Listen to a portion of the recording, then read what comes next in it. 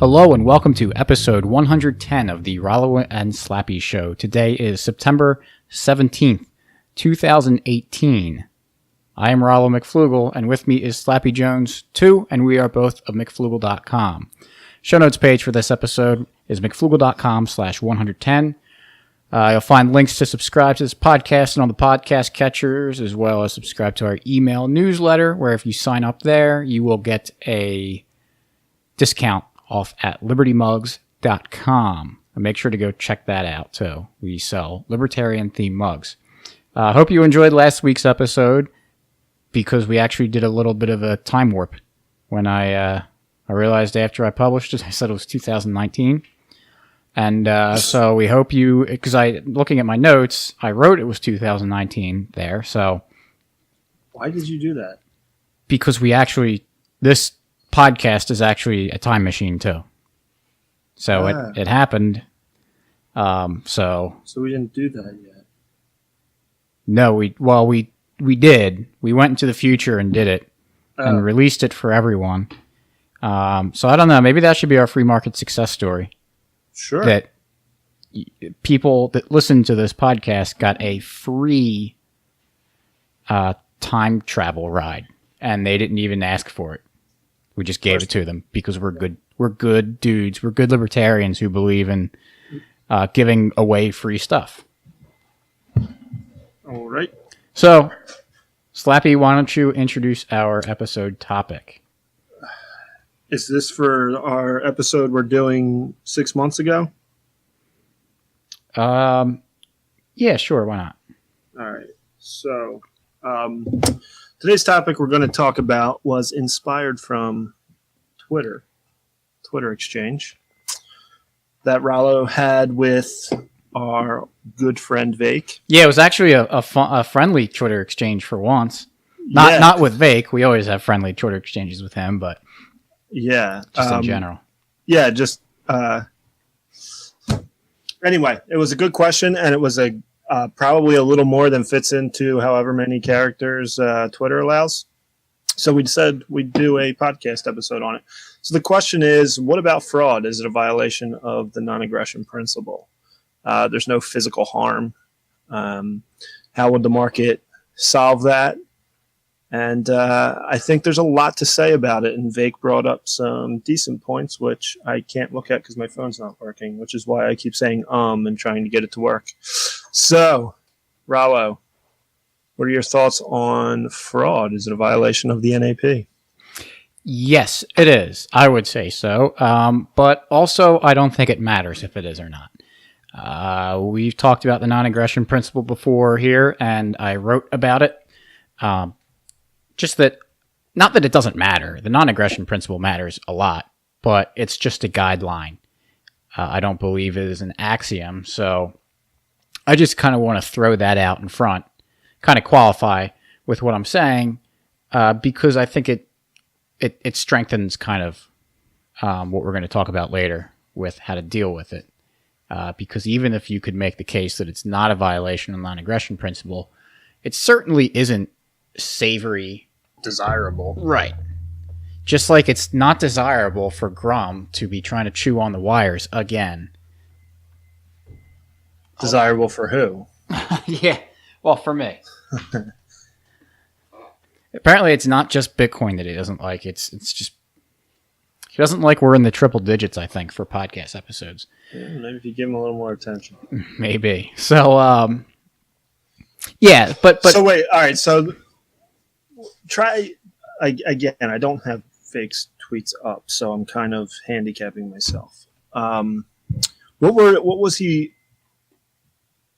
was his case? Well, question? He kind of said, "Is it just is it a violation of the non-aggression principle if you're just kind of lying?" And is lying generally a violation? No. Like if I told you I'm at the Monday Night Football game right now, like that's not a violation of the NAP. No, it's not. But it's not just fraud. Is not just lying. It involves kind of an exchange usually. Fraud is. I mean, in some cases of fraud, certainly it would be like theft by deception. Right. Well, that's what I would say it is. Yeah, I mean, you're Most representing typically. something. Like I say, I'm going to sell you, my car, and my car has 20,000 miles on it. You can look at the odometer, but I spun back the odometer. It really has 60,000 miles. You exchange that money believing it was a car with $20,000. Obviously, you would not have, and we'll assume you would not have paid that amount of money had you known it actually had 60,000. Right. That's fraud. That's lying. That's theft. You stole the money. You purposely didn't give all the details or lied. Right. I mean, how deep do we have to go? I mean, if there's something I don't Well, know. where do you draw the I guess Right, to play that's devil's what advocate, where do you draw the line on that? Is it and well, would it be fraud if I don't know. I'm trying to think of something where what if you didn't ask about the tires, so I didn't tell you about the tires, and as soon as you get this car, you're going to need to replace the tires. Is that fraud? I knew they were bad. I didn't tell you they were bad. You didn't ask if they were bad. Yeah, that one you might need an arbiter. Right? Because that one's a little bit of a toss-up. I mean, I don't know what... Because he did bring up the point where he said, isn't it up to the other person... The buyer? Right, the buyer to kind of check up on things. Right. And I mean, if you go out and buy... I think bringing up buying and selling a car is the perfect example, because that's stereotypically something that if you tell someone you're doing that, especially if you're not doing it at like a reputable dealer. Yeah, when you like the classic used car salesman guy. Right. Or just finding someone on Craigslist or something. And how do you trust that? Because a car is a kind of a complex kind of thing. Right. And there would certainly be an incentive if you have a bad car to try to get as much money out of it as you can. It's not going to work for you. Right. So if you want to risk having someone be annoyed at you and think that you cheated them, I guess you could not tell them, even if you know that the tires are going to be bad, and it's, that's several $100s to replace tires typically. Oh, I know it. Yeah. So, I mean, depending on the value of the car, I mean, if you're selling a car for, your used car, someone else is a very nice car and it's $40,000. I don't think, well, they're probably not $75 tires put on a car like that, but when it's a small fraction of the value, I think it matters a little bit less. Whereas if you're buying a car for $800 and then you got to spend another $200 that you weren't expecting, I think that might matter a little bit. But part of it, I mean, that wouldn't. Yeah, I don't know how that should be decided. It's a really tough topic. It's not real cut and dry, I think. Other than the fact that, and like Vake brought up, that you should be doing your own due diligence, and absolutely you should. Well, we could talk about ways the market could help that. Yes, but we're just talking in a general. Yeah. We'll get deeper into that a little bit later on. Because I mean, if you're like, I think it's really hard to determine a standard to say you have to disclose this much about whatever you're selling, otherwise it's fraud. I mean, there's some things, if I was selling my car, I don't know cars real well. For all I know, I could be selling you something with bad shocks and you buy it. So because of that, I want to sell my car for as much as possible. And this is kind of probably more market stuff, but I could show you my receipts of when I got things replaced and fixed, or I could have it inspected or have a mechanic look at it and sign off on it. And then he's putting his reputation behind it. That's what that's what I would do, is if I would ask for you to bring it to my mechanic, a guy that I trust. Right. And he could look at it and say, yeah, this is a great car. Go buy it. Right. Or you could say, you could buy it, but you're going to have to replace all this stuff in about 10,000 miles or whatever the case is. Right. And that's why you might be more likely to go to a dealership, like a place of business where they have a reputation to keep. Right. And whereas a guy off the street, maybe he's a great guy, maybe he's a jerk, but you don't know that. And that's part of the risk. And that's part of where the price system would work, because you're probably going to get a cheaper price, because you get a great deal. Right. Because you're when you go to a dealership or something, or some place of reputation, you're paying a little bit more for security. So it depends on the person's risk tolerance. But to go back a little bit and say, well, go ahead. Well, I was just going to say, all that being said, like those are ways we could help minimize fraud. But I think the question is it a violation of the NAP? Yes or no? And maybe you already said this, and I kind of agree. It really doesn't matter because it's not desirable. So we would find ways to weed it out. Like you were talking about it being axiomatic. I mean, if someone did commit fraud, like, what could you do back to them? You could ask for not ask, but demand restitution. It would nullify the transaction. I mean, because that's what it is. I mean, it's when you make a transaction like that, it's a contract. It may not be explicit.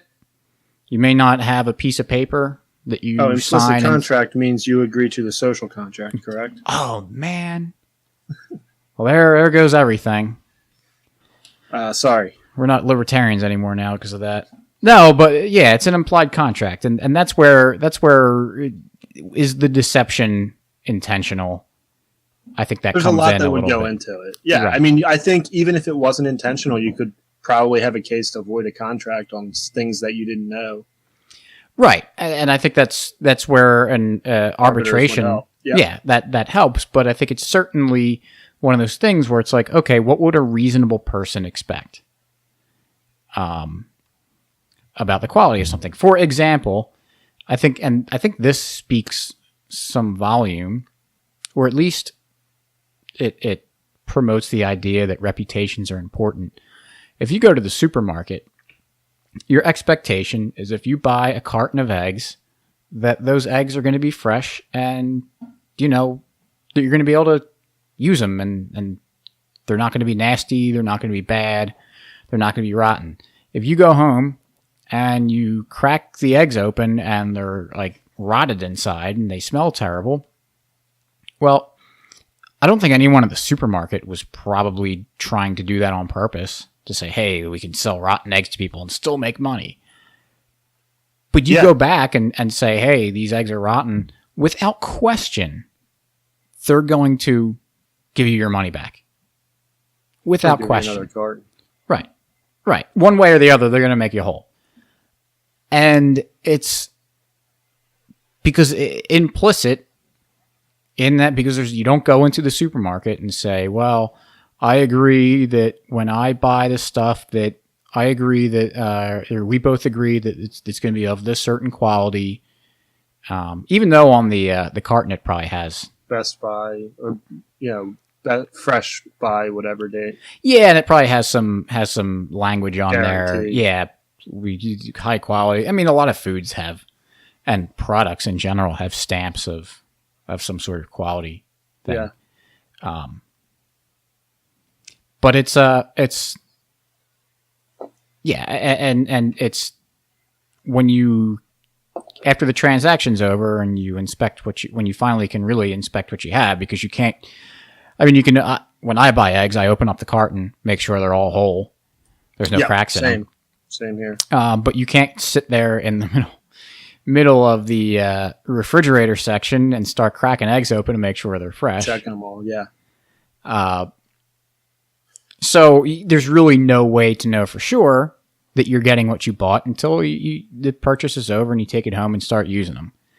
And if they're not of the quality that you would reasonably expect, we don't necessarily have to say this is fraud, but it's a violation of the implied contract, really, technically.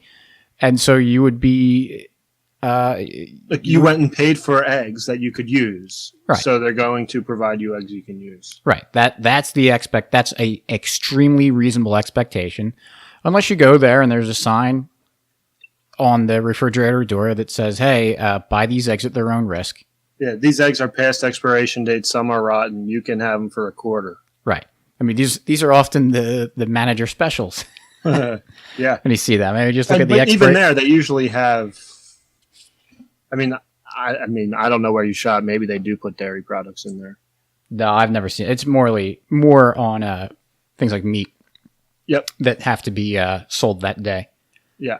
And there's an expiration date on it. I mean, and this is very important. This is why they go, through leaps and bounds to make sure that they're supplying good stuff, because at a supermarket, quality, freshness, at a decent price, and good customer service, I mean, that's what these places have to survive on. I mean, I'm sure most of us have a certain supermarket or a couple supermarkets that we normally go to. If we got sold a bad product, it would probably be, one time. It's okay. Mistakes happen. Not a big deal. If you started 2-3 times in a row that you're having bad experiences, chances are you're not going back to that place.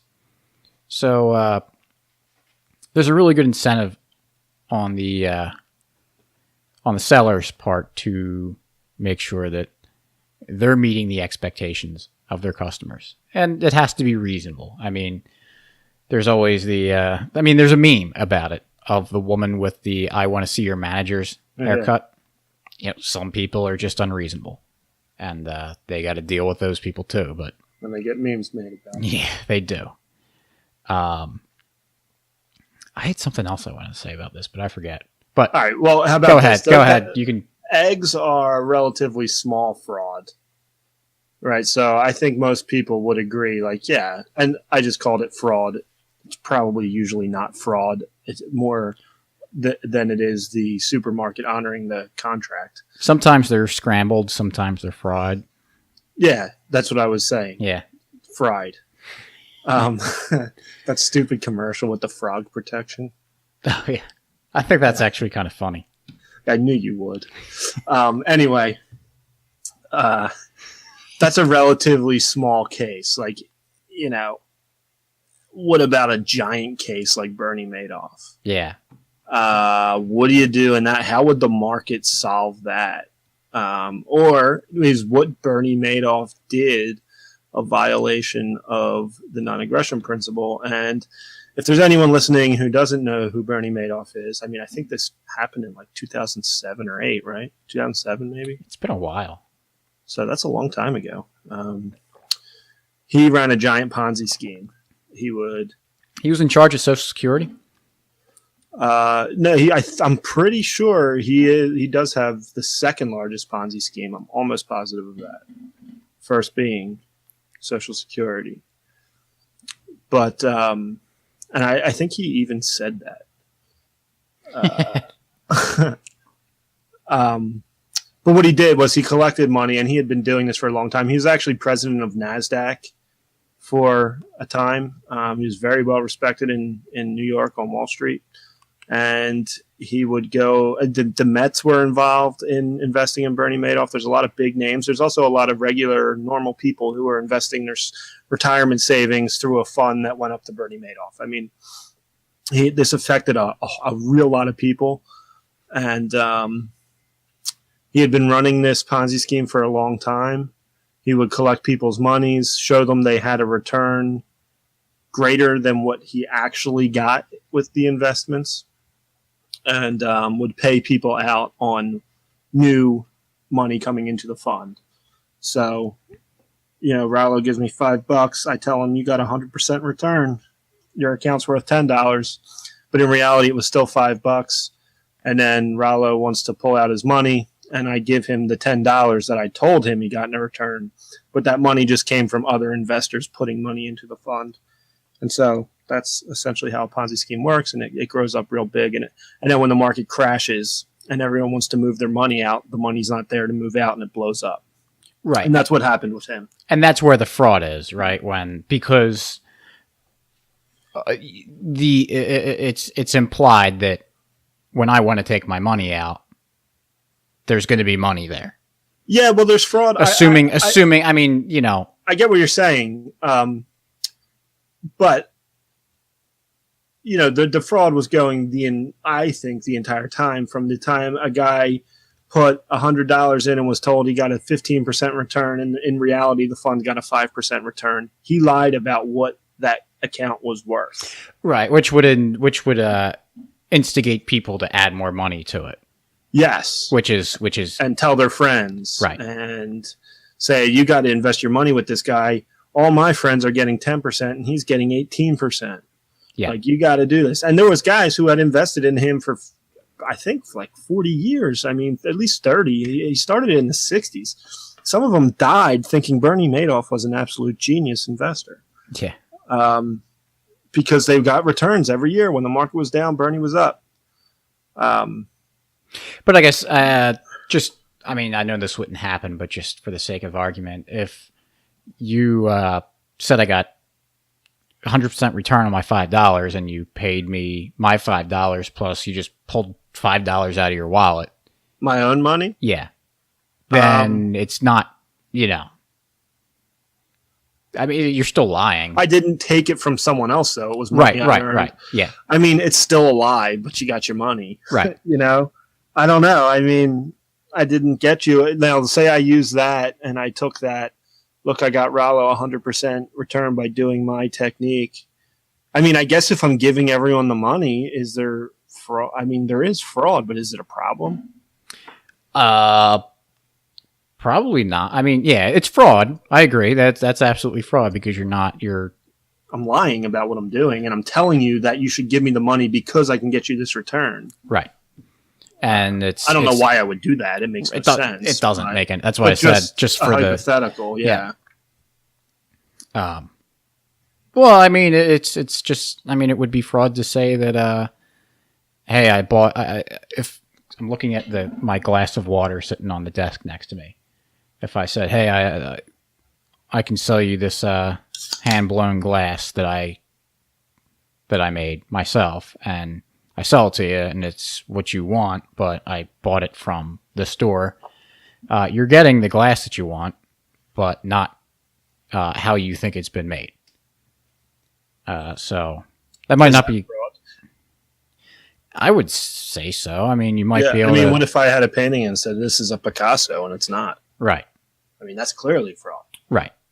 But I mean, in this case, it's you see the glass, you want that glass, you just. Tell you the painting's Picasso and I show it to you and it looks like it's a Picasso, but really I painted it. Oh, yeah. Well, yeah, I guess that's kind of the same thing then. It's the same, but on a much different scale. I mean, right. A glass is like a couple bucks and I'm like, all right, well, it's a functional glass. I like it. I found out it wasn't his. Okay, whatever. I mean, it's still fraud, I guess. Yeah. Yeah, there's a lot more value attached to a Picasso versus a McFlugel. A Rollo.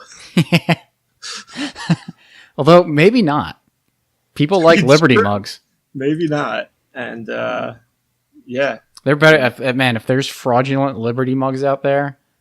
That'd be awesome. Yeah, I know. Actually, we have a mug that says, feel free to copy, we're against IP. Yeah. So, yeah, back to Bernie Madoff. Yeah. So I guess, let's just put it this way. One, he's stealing money. He's lying and taking money. I think to me, that's clearly a violation of the NAP. Mm-hmm. People would not invest in him if they knew what he was doing with the money. So he gave them a false story and took their money. I mean, is it much different than putting a gun to someone's head and taking their money? The person wouldn't do it without the gun or the lie. Yeah, I mean, I think I don't know if that's a perfect example. Probably not, because I think it's worse to use explicit violence. Yeah, because you could actually kill someone. You're not actually killing anyone if you just lie. But I don't think it's still deceptive. Yeah, I don't think we have to convince anyone though that what Bernie did was wrong. Right, but that was the question: is it a violation of the NAP? And I say yes. Oh yeah, okay, yes. I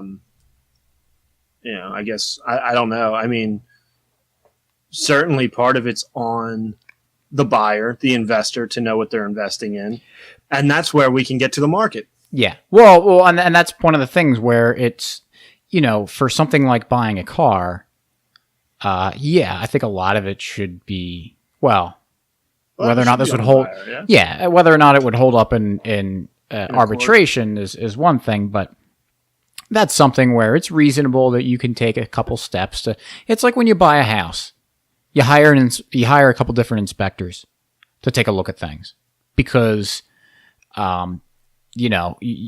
it's kind of reasonable to expect the seller's not going to disclose every single little thing, whether or not it's on purpose or they just don't know. I mean, and the inspector's not tearing down the walls, Right. It's not even possible to inspect everything. We talked about this on a previous episode. Yeah, so you agree going in, it's like, well, I'm going to hire an inspector. He's going to look at it, and if he comes up with anything, then, we'll go back to the negotiation table. Yeah. And if he doesn't find anything, then, well, this is the house I'm buying. Yep. And if I find anything else, so be it. It's not on you. It is what it is. So I think that's a lot easier to see as the stakes get higher. Why you would want to do that? It's it's like buying a little bit of insurance. Yep. To spend a couple $100s to hire an inspector when you might be spending several $100,000 on the house. Right. Or in my case, several $1 billion on my house. On your house, yes. It's just because I bought the house in the future and inflation got so bad that, a house costs billions of dollars. Because we have the time machine in our podcast, so. Correct. I should have gone back in time and spent a couple $100. You should have spent less. What's wrong with you? Oops. It's a lot of debt I'm carrying. But so at least what would the market do with Bernie Madoff? What do you think the market would do? I guess there's no way to actually tell. Well, they would throw him in prison like they do now, wouldn't it? I don't think they would. Yeah, I don't think so either. So this is one of the things where I think we talked about prisons before. We don't really think it's their. Although, well, go ahead, because I want to bring up a point that goes to Bob Murphy's theory of prisons in a free society. Yes, that is an excellent, excellent video that you should all watch. If you haven't watched it, and if you have watched it, watch it again. Yeah. Yeah, I don't think that prisons are really that great of an idea in general, and I think you'd find very narrow cases in a free society where you would be justified to lock someone in a cage like that. I don't know if we want to get into the weeds on talking about that, or we can just throw Bob Murphy's video on the show notes page for anyone that's interested. I think we should just, because that would take, we could go on for a while on this. Let's just put that video up. And let's try to stick to how the market would handle Bernie Madoff. Right. Does that sound good or no? Yeah, that sounds good. I don't mind talking about anything. Yeah.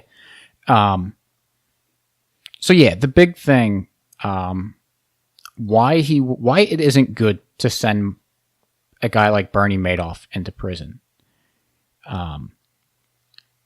One, he's no physical threat to anyone. Yeah. He was an old man. Or even if he was a young man, he still wouldn't be a physical threat to anybody. Actually, probably not. Well, he didn't do, his crime was not anything physical. Right. There's no reason to think he would unless it could really take this episode down a lot of tracks, but you steal $1 million if I stole $1 million from someone, I think I'd be looking over my back a lot, and I don't know. And that's why you should watch Bob Murphy's video. Exactly right. That's where I was going with that earlier. Yeah. Well, I understand it, because if someone stole my tractor, man, they'd be at least a quarter mile down the road if you called them an hour later. Nah, it'd be more like 12 miles down the road. Got it all souped up? No, that's just in third gear, standard. Not a big deal for that low boy. Okay, where were we? I know. Harm. Yeah, so, most... Yes, all right, half the idea, without getting into the weeds of the Bob Murphy video, a big reason, supposedly, to send people and to put people in prison is to prevent them from hurting other people. Right. So once Bernie Madoff gets found out that they blow the lid off the Ponzi scheme, people know that he's committed fraud, lied, cheated people, and stole money from them. The jig is up, basically. And that's what I wanted to say earlier, just going back a few minutes. it's reasonable for someone to get caught in his Ponzi scheme because he was, like you said, a highly reputable guy, had been doing it for many, many years. So he did have a reputation build up, which once he got caught, his reputation was destroyed. So it's reasonable to believe, especially with someone as high profile as Bernie Madoff, is that you're not going to have, if you don't throw him in prison and kind of just keep him out in the wild, if you will, that he's probably not going to be able to do the same thing that he just did. People are going to know about him, especially he was dealing with a lot of money. And so there's no way that the same people or the same types of people are going to go and hire him to do the same exact thing again. I don't think there's any way that would happen. Do you disagree with that? I wouldn't invest in him. Right.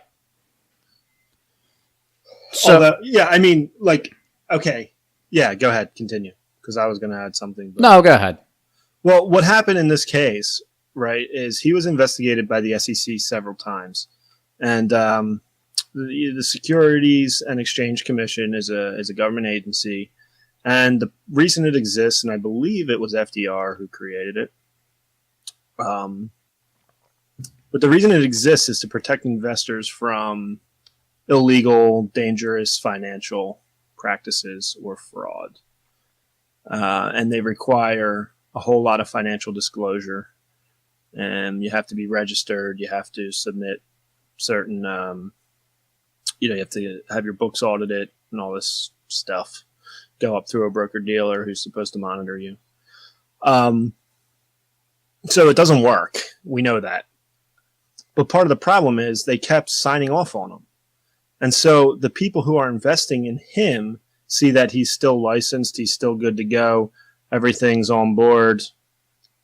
A lot of them didn't really have... It's almost like you can't blame them. The guy was investigated by the SEC and passed a couple times. So if you have your money in him, why would you think you shouldn't invest in them? The SEC, what is this government agency that has all these strict rules, is signing off on them. Yeah, I mean that's a good point, and that's where so the people that were saying that. Yeah, the reason I say that is because we have this government agency that everyone has to use. Like, you can't get around it. There's no competing SEC. You have to use it. When they sign off on it, people think it's okay. Yeah. Whereas if we had a market for these kind of things, which, by the way, one of their competitors uncovered the fraud and reported it to the SEC. So the market did its job, essentially, and said this is not possible. He would have to have done more trades than were on the market that day in order to get this return. It's actually not possible to get these returns. And they told the SEC, and the SEC didn't find anything. Yeah. Without the and why? Because that's the only place you can go. Yeah. So this guy stayed on. His name was Marco Polis was his last name. Or Marco Polo? Yeah, basically. It's like Markopolis or Marco Polis or something. Really smart dude. I don't want to give details on him that I don't know, but I think he was an MIT guy, like really smart guy. And he went through the returns Bernie Madoff was getting and said, this is not possible. He proved it. And he told the SEC, and the SEC either didn't listen, didn't believe him, but when they investigated Madoff, they didn't find anything. So I guess what I want to ask you is, how do you think the market would have handled that better if Marco Polis finds this fraud and brings it to light? Well, I think there'd be a better infrastructure for handling that. I mean, to bring up cars again. If you want to find out what's wrong with another brand of car, just wait for a car commercial to come up from one of the competitors, and they will probably be comparing it to the other cars in their class and say how their car is so much better and these are the problems with the other ones. There would be certainly, especially in the financial industry like this, certainly Bernie Madoff's competitors if they're going to be checking what he's doing. Because if he's making gains like that and they think it's kind of weird or suspicious, or they think it's really high, if they think it's abnormally high, they want to figure out what he's doing for one of two reasons. Either to uncover that he's committing fraud, or to uncover what he's doing so they can do it too. Mm-hmm. So if they do it, and they figure it out, then that's great for them. Now you could say, well, what if they figure it out and it's fraud and they do it too? Well, that's why we have competition. Because the bad actors are going to, fraud can only take you so far, as we can see with Bernie Madoff, and it's going to blow up eventually. Because you're not actually built on any sort of real foundation. It's going to collapse.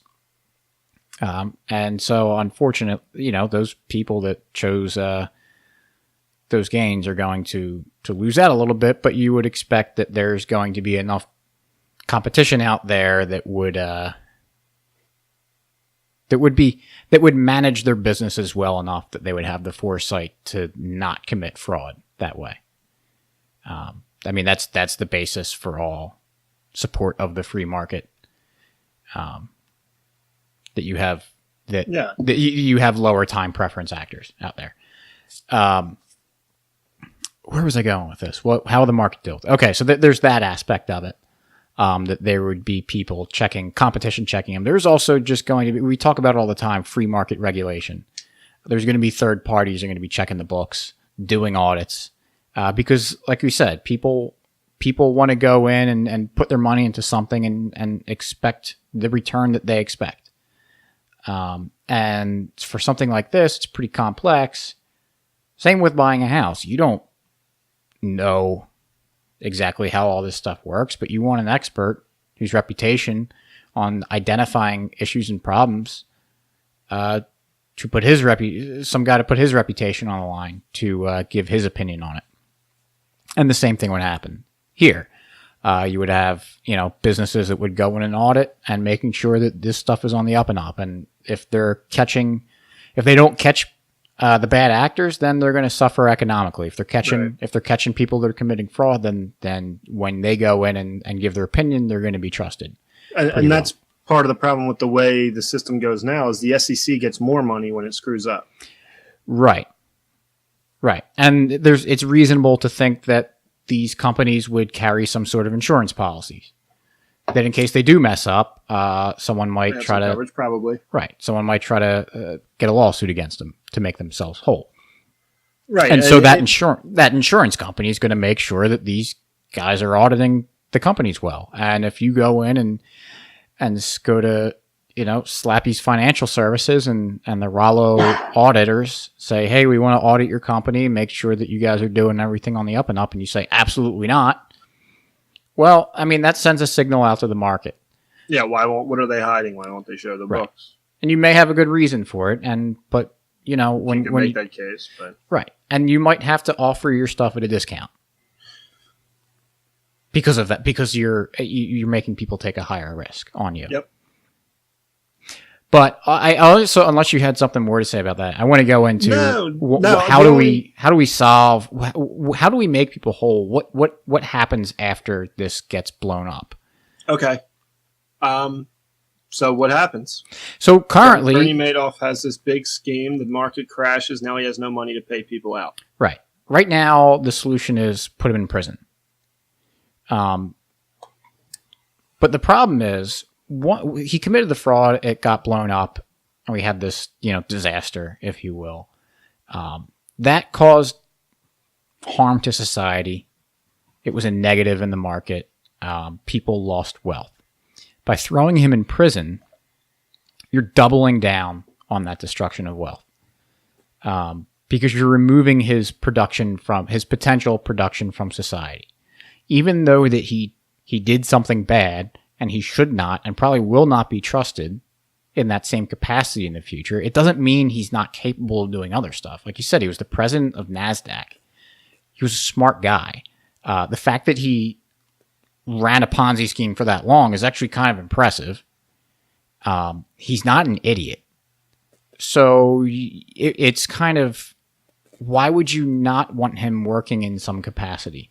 Especially because, and I don't know the details of Bernie Madoff, if he was able to pay, if he had enough resources after all of this that he was able to pay restitution. But assuming that he's completely broke, people want restitution, and there may be insurance that covers it, but the insurance company, wants some money back. So if he's not able to work anymore and add value and create wealth that way, then you're not helping.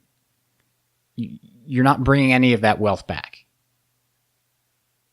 And if he's sitting in a prison cell, he's just destroying more wealth because it takes money and resources to house him.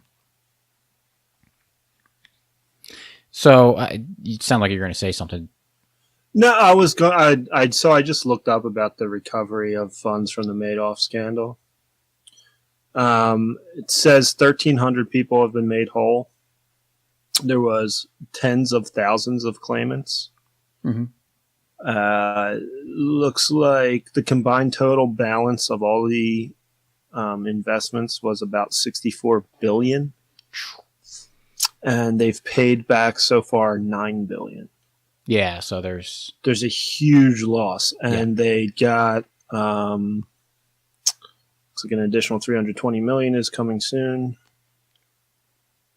Pending further litigation, an additional $4 billion recovered from forfeiture actions has yet to been distributed. It looks like, they just froze all his assets and sold everything and took what they could. Outside of that, what more could you do, and how could the market handle it better? Well, it's if he's not sitting in a prison cell. I was just going to say, one way that doesn't help is locking him in a cage. Right. Yeah. It's nice for revenge, and maybe he's safe there, right? Which is the private prison thing. If he took $1 billion from me and I had planned my retirement because I had $1 billion put up in this Madoff fund, and I was acting assuming that I had $1 billion to stop working, and then I stopped working and there was no money. I could see someone being really angry about that. Right. Killing the guy doesn't help it, but most murders aren't rational, I would assume. Yeah. I would think it's more emotional. But even still, if he does seek protection for himself, no one's going to offer that to him for free. Yep. So he's got to pay who's ever protecting him in what we can, I don't know the correct term for it, hotel prison type thing. Yeah. But by working. Yeah. But it doesn't mean, he's probably limited on his own what he can do. So long story short, someone's probably going to have to hire, or will have the opportunity to hire him. Hire Bernie Madoff. Yeah. That's a risk. The reality is, though, I don't care what system you're in. Obviously, our current system didn't stop it and didn't help it. Right. It's really hard for one person to pay off $50 billion, no matter what they do. Yeah. It's probably never getting paid back. Mm-hmm. But even if there is whatever this person did, there's nothing he has to do to make someone whole.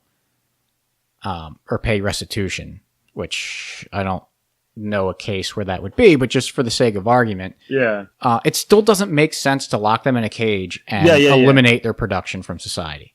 No, but that's where I was going next. So the guy, let's say he owes an additional $50 billion just to make people whole. Forget about lost interest, forget about inflation, all that stuff. So I guess it's not even making them whole, just to pay back the nominal number that they put in.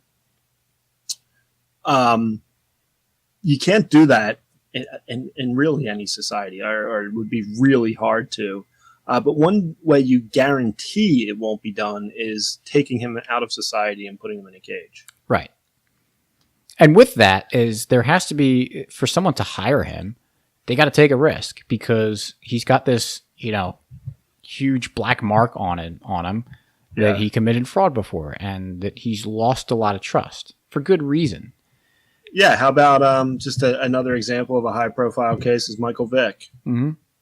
The Eagles hired him after he was in prison for doing dogfights, hosting dogfights. Yeah.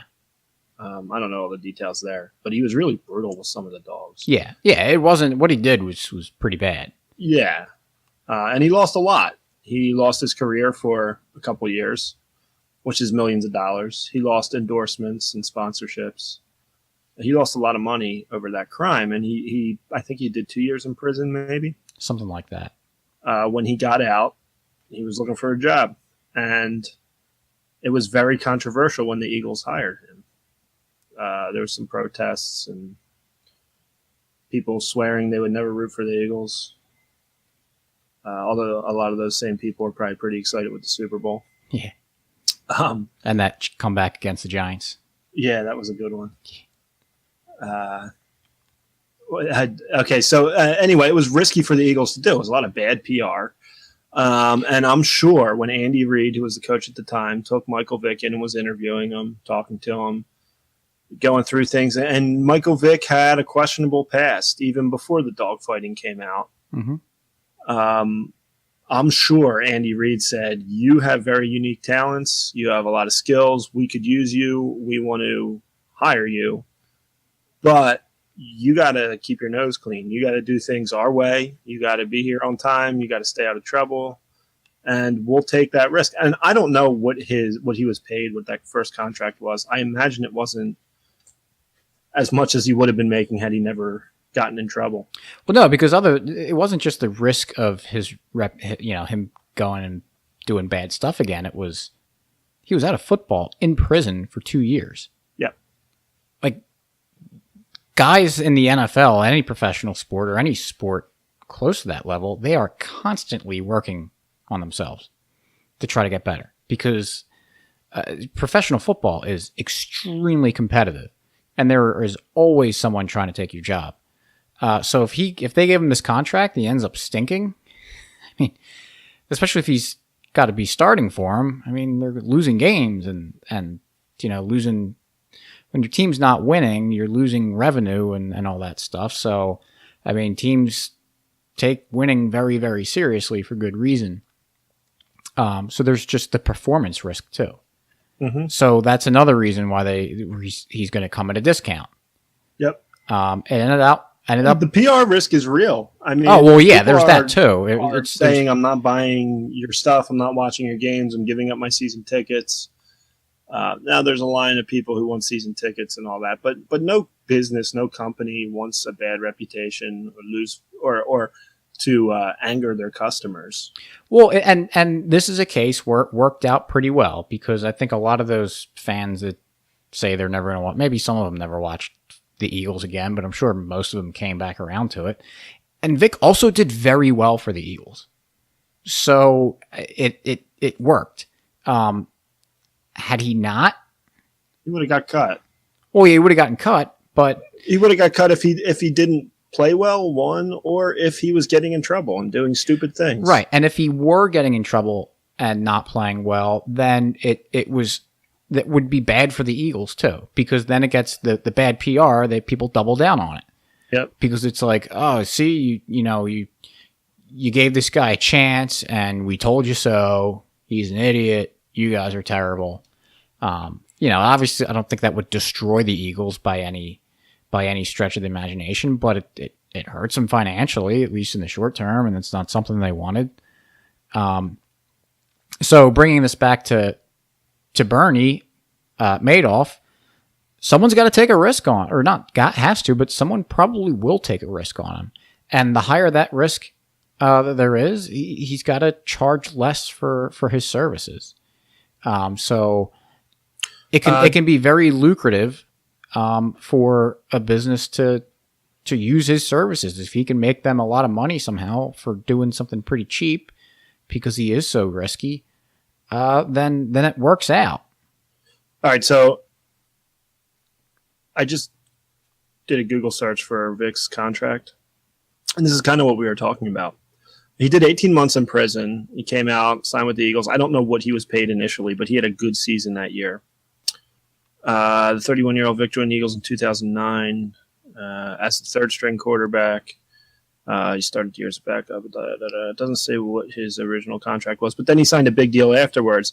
And this is on ESPN.com. It mentions that Vic isn't the only one who will benefit from his new contract. Vic still owes creditors in his bankruptcy case $19 million. So the fact that he's not in prison, he's able to pay off that $19 million. Right. Whereas if he's in a cage, he's never paying that off. The people he owes money to are never seeing it. Yeah. Yeah. I didn't even think about that part, but it's exactly what we were talking about with Madoff. Yeah, exactly. So now he was able to get out of prison and pay off all that money he owed, and probably had some fines and stuff he had to pay too that he was able to pay back instead of sitting in prison. Right. I think the same applies to Madoff, and like I said, if it works out and he makes a lot of money, then he's able to pay people off. He's able to advance the business that took a good risk on him economically. If it doesn't work out, since he's getting paid so little, maybe there would be some PR issues they'd have to deal with, but that's part of the risk. But if he's getting paid so little, he probably wasn't dealing with that much responsibility, at least initially. So if they got to cut bait with him, then they cut bait, and next time around he's got to charge even less because he's a bigger risk. Right, and like you were saying, I mean, to run a Ponzi scheme for that long, you can't be dumb. He's been in that world for a long time. He knows a lot of people. He knows how things work. I think it's reasonable to say, he's not a complete idiot who doesn't know anything. He could be valuable to some company, and he could be really valuable to some company and could possibly help pay back some of that money he stole if he wasn't in jail. Right. So, I mean, this is all well and good that we're talking about Bernie Madoff and Michael Vick, who are in their own industries two extremely talented people. But what about just an average Joe? Not even an average Joe. Someone who grew up poor and went to prison for something stupid. And now he's out back on, what about that? Yeah, so I guess, like you're saying, great, Michael Vick, he's one of the quickest athletes I've ever seen. The way he could stop and start and how fast he was, and had an arm he could throw the ball a million miles. Very unique talents. But what about an 18-year-old who goes to prison? And we're talking about fraud. I mean, Michael Vick wasn't fraud as much as, destroying animals. But nonviolent people. In the case of Bernie Madoff. So a nonviolent criminal at 18, maybe he's in jail for weed. Or, I don't know, can you think of a better crime? Yeah, that's a good crime. No, I mean, fraud. Let's go back to fraud. The guy's selling stuff that's not what he says it is. He gets caught and goes to jail and comes out. And so I guess the point of this question is kind of like a devil's advocate. Fine, you're talking about high-profile guys who people know all about. But a guy who doesn't have anything, who didn't lose anything, he was poor to begin with, committed fraud to get money, just to get by, goes to prison and comes out. What's his incentive to not just go do it again? Because he doesn't have anything to lose. Right. So how do you think the market would handle that? And how do you think the current situation handles it? Well, the current situation, they throw him in prison and call him a convict and attach this stigma to him. And maybe that stigma is good. I mean, committing fraud is you're stealing, so people probably should know about that. But, you throw someone in prison for a while, especially someone who doesn't have much going on. Well, now you just eliminated however much time he was in prison from gaining a skill, from working somewhere and having a chance of advancing economically. So now he's out of prison. He's back to square one. On top of that, he's got that conviction charge. And this is probably more relevant for stupid crimes that you shouldn't get in trouble for anyway, like maybe a weed violation. Yeah. That now he's got the stigma that he's a convict. And hopefully the culture's changing a little bit, that employers don't really care about pot charges, but I'm sure it's an issue. I mean, no one wants to walk up to trying to get a job and say, "Oh yeah, I just came out of prison." That doesn't reflect well. So you're just like really limiting any chance that this guy has. Not to mention that if you throw him in prison, you're putting him in like the greatest networking place for criminals that there is. I mean, yeah, it makes people bitter. They network. Find ways to scheme. Yeah. We like to think that they're being rehabilitated in there, but we look at recidivism rates and they're pretty terrible. So, and we've talked about in the past, like the Medical Information Bureau and the insurance industry, and probably having like personal liability type policies. There would likely be, and like your credit reports. I mean, everyone has a credit record, no matter how rich or poor you are. If you ever have a credit card or open a bank account, you probably have a credit record, bought a car, whatever. There's a whole lot of things. And these are ways to kind of keep track of people. So if you were to commit fraud, we'll call it your credit report in the free market, would list that on there, I'm sure, because you're a risk. You've done it in the past. And you'd probably owe back the money, so you need to pay it back. Sitting in prison really isn't going to help you pay it back at all. Right. Being out, and like you said, an employer could take a chance on you. Like, all right, we know this guy committed fraud. We got to keep an eye on him. But even if they didn't know, say he commits fraud somewhere and he gets fired for it, they don't charge him. They don't convict him. So, I mean, one of the things that any business does when they're hiring someone is they ask for references. And he could say, "Oh, I never worked anywhere." But if you're like a 25-year-old guy who's claiming that he never worked before, I mean, that throws up red flags. So that doesn't help you out. That makes you a riskier hire. So it's there's that kind of, I don't want to call it fail safe, but that help. I mean, like we said, if you don't want to allow the auditors into your business to check your books, that throws up red flags. Doesn't mean that you're terrible or evil. In the same case, if someone says, "Hey, I don't want you to know where I worked in the past," it throws up red flags.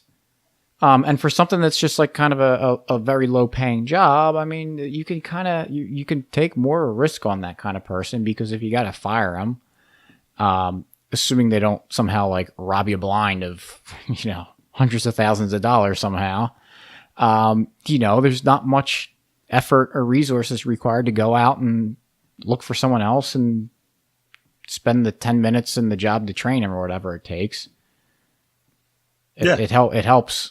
Yeah, there'd be a lot of ways. I really do think there'd be something like I mentioned, the MIB, that whenever you apply for insurance, they send a report. So if you're a smoker and they find you a smoker, they put it on the report, so that if you commit fraud in the future by saying you were never a smoker, this report will come back and say you are. Right. I think a similar thing would happen, and not every business would participate, just like not every insurance company participates in the MIB, but most of them do. And if you want to take a chance on going to a company that doesn't, I'm sure you can find one. Their ratings are probably lower. Their premiums might actually be better. I don't know.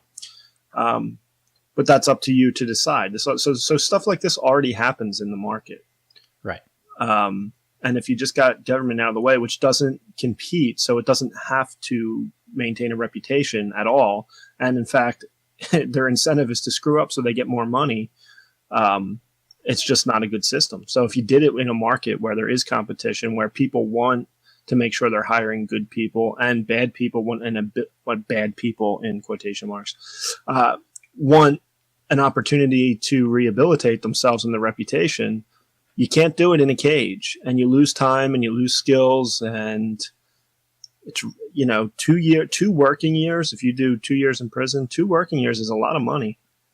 That could have been paid back, and you're just sitting there being unproductive. Mm-hmm. I think a much better system would be that if something was done fraudulently, it's reported somewhere, possibly. But like you said, if not, there's still going to be references.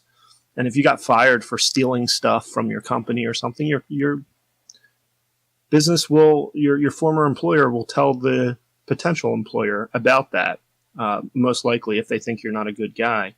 And if the company that's hiring you doesn't check references, well, that's up to the company. Right. And maybe they're poorly, if they're doing that and, flying blind like that, maybe they're poorly managed and they should be, demoted economically for that. Probably, or they just have very low skilled positions and they can easily fill them in, and they don't, you're working with a guy who's not around expensive stuff. I don't know. There could be a lot of reasons why they do certain things. But the point is the market will find a way to sort that out. Exactly. And that job that I was just describing will probably be a very low paying job. Mm-hmm. And if that's where you have to go to rehabilitate yourself, you might have to do that for 2 years. But even those, or 2 or whatever number of years, those 2 years, you're more productive doing that job than you are sitting in a cage. Right. And that's the other thing, is that it allows you to rebuild your reputation, because every minute that goes by that you're, turned around and doing a good job is kind of more proof that you're not going to revert back to what you did before. Like, a lot of people who are in their 30s can say, yeah, I was really dumb when I was 16. I did some stupid things. I'm not like that anymore. Right. Well, it may have taken, 5-10 years doing the right thing all the time to rehabilitate that reputation. Mm-hmm.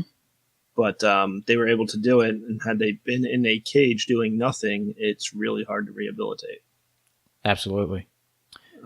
So, you got anything else to add? We've been going on for a while. Yeah, no, I'm good. Did you have a free market success story? No. Okay, I thought I forgot to talk about it before, but I thought of something. I could have talked about the cigar event, but it's not really it's a success to me, but because I got lots of cigars for not a lot of money. Nice. But go ahead. No, I was talking to a coworker today, and he ordered something. We're talking about the other day. Part of my heritage is Polish, and we're talking about kind of, which is why we talk slow here. Yeah, the Polish eagle, and kind of how it's a cool heritage thing. And he's saying that he bought an article of clothing, I think on Friday or something, and it was from Poland. It had to be imported into the U.S. And he said, man, I checked online today and saw the tracking, and it's going to be delivered tonight. When I get home, the package is going to be delivered. And he's like, that's amazing to me that, you could see it's like, man, it went from Poland to Germany to New York. And then from New York, it's already on a truck or wherever it came to the U.S. at. How long did this take? It was Thursday or Friday. He put the order in, nice. And I think he's getting it tonight. Yeah. That's amazing that we've reached the point of this shipping maturity that, it's amazing. And I think we talked about how Amazon can deliver almost everything in 2 days, and now it's down to 1 day, and they're doing shipping for free. But can you imagine 5 years ago trying to get something from Poland? It would take a while, and it would probably be pretty expensive. But nowadays, there's so much commerce around the world, so much stuff that there's an incentive to just, some of these shipping companies, they just have flight after flight going from point A to point B and back and forth. Right. It's all about service. Mm-hmm. Buy from us, we can get it to you quicker than the other guy. Yep. No one's forcing them. There's no laws created that say you must deliver a package overnight. These companies are just doing it. Yeah, I mean, if Amazon didn't have that 2-day free shipping selling point, I don't think they'd have the command in the market that they do now. No, and other companies are starting to catch up because they see what that did and how profitable it is, which pulls more people into the market. So, for example, I see commercials for Walmart who do overnight shipping or 2-day shipping or something. They have some kind. I don't know what the details of the program are, but they advertise it on TV all the time that you can get your shipping from Walmart. Yep. They weren't doing that before Amazon was. Yep. And like I said before, with the checking for fraud and everything, where they check and see if they can blow people up by discovering something that they're doing bad. But in this case, obviously, if Amazon's delivering packages in 2 days, they're doing it. So other companies are going to want to see what they're doing. It's the same sort of principle.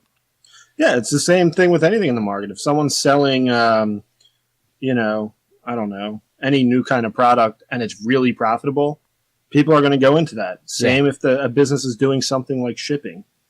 Wow, that's really profitable for them to do that. We got to do that. Yep. Profits are great signals. Yes. So, okay. Show notes page again, mcflugel.com/110. We will throw up a link to that Bob Murphy talk because it is really, really good, and it helped calibrate my thinking a couple years ago when I first saw it. So I highly recommend that. Also check out Liberty Mugs. Get your discount by signing up to the mcflugel.com newsletter, and also subscribe to this podcast on iTunes, Stitcher, YouTube, all those good things.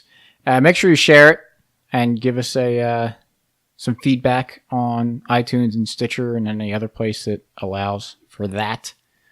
And check out some of our friends out there. We got Mance Raider, Free Man Beyond the Wall, the Friends Against Government podcast, the Dino Files, and the Peaceful Treason podcast.